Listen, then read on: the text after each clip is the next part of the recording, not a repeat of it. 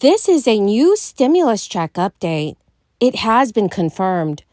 Direct payments worth as much as $2,500 are expected to be sent out throughout December, and lawmakers say this money will land right into the pockets of many low-income households. The Federal Reserve is also expected to make a very important change by the end of this month. My dear friends, please make sure that you watch until the end of this video because I'll be going over everything that you need to know. Also, friends, to say thank you for being part of this community.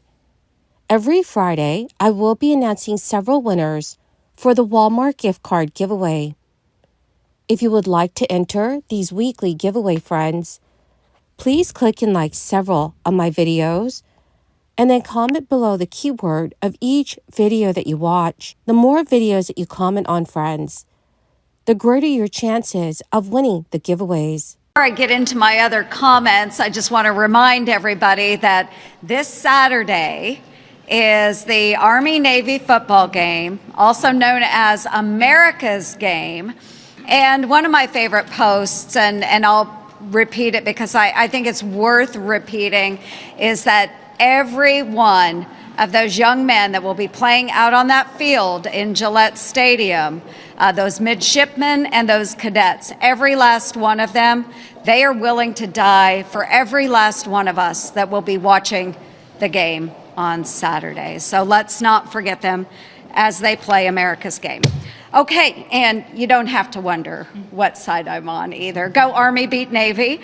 But anyway, while it's not the night before Christmas quite yet, there's not a creature stirring, not even a mouse, in the halls across this city. So COVID temporarily shut down a lot of our agencies here in Washington, D.C., closed all those federal buildings 4 years ago. But today, not a single agency has an occupancy rate of even 50%. That's abysmal. So the Biden administration really doesn't want the public to see the naughty list of no-shows, but I'm going to show you it today. And this is information that we actually did get through a request with the Biden administration. So here is our naughty list of no-shows. Okay, topping the list, HUD and Social Security Administration, they are using just 7% of their office space. Buying and renting, of course, is a whole lot more expensive. Okay, my staff wrote that, but I thought it was good. But no one's home at HUD. Okay, take a look at that, folks. COVID's been over for years. Where are the workers? And if we're not going to fill up, we're not going to go actually work within these agencies, then maybe we need to get rid of this space because it does cost a lot to rent these buildings in Washington, D.C. or own them.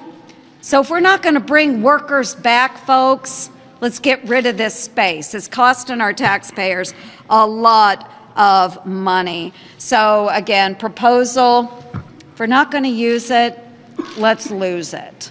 Okay, naughty list. Thank you. The state of Montana will conclude the distribution of an income tax rebate of up to $2,500 to eligible residents by the end of this month. The rebates are based on an eligible person or couple's 2021 income taxes, and they began going out in July. To be eligible for the tax rebate, taxpayers in the state must have been a resident for the entire 2021 tax year, filed tax returns on time, and not be claimed as a dependent on someone else's tax forms. The amount that taxpayers can expect to see is up to $2,500 for married joint filers and up to $1,250 for individual filers. Residents who qualify for the payment will receive the rebate automatically and do not need to file any additional forms in order to qualify. Also, the Minnesota Department of Revenue has begun reissuing nearly 150,000 one-time tax rebates that have gone uncashed and subsequently expired after 60 days from their issuance dates. So friends, please make sure that you watch out for these if you live in Minnesota or Montana. Inflation has affected millions of consumers in 2022, driving up the cost of everything from groceries, utilities, to shelter. In response, the Federal Reserve took action by implementing a series of interest rate hikes designed to cool inflation. Rate hikes indirectly but effectively drive up the costs of consumer borrowing. Although the Fed does not set consumer borrowing rates, it merely oversees the federal funds rates, and when it raises its benchmark interest rate, other rates tend to follow suit. So these days, consumers are generally paying more for things like auto and personal loans as a result of it. Meanwhile, when the cost of borrowing increases, consumers tend to borrow less, and that's how inflation is able to cool. When there is less demand for goods and services, the cost of them can come down. The Fed opted to hit pause on interest rate hikes during its last meeting, and that was the second time in a row that the central bank opted not to raise rates this year. But the Fed is set to meet again on December 12th and December 13th. And now the big question will be whether the central bank sits tight once again, or whether it opts to close out the year with one final rate hike. Now, the current 3.2% inflation is not 2%, but it's also not so far off. So the Fed may decide that it's happy with the progress that has been made in fighting inflation and just leave things alone.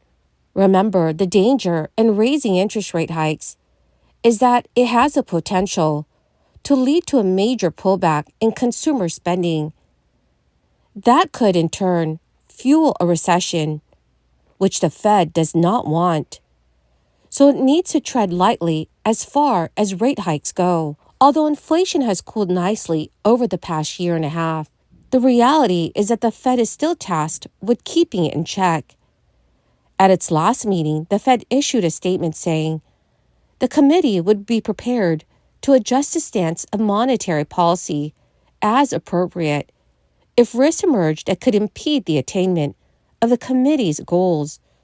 So for now, it may be a good idea to hold off on borrowing if there's not an urgent need for it, since borrowing costs are still quite elevated. If inflation continues to cool, the Fed may be in a position to cut rates in 2024, leading to lower interest rates for products that range from auto loans to mortgages.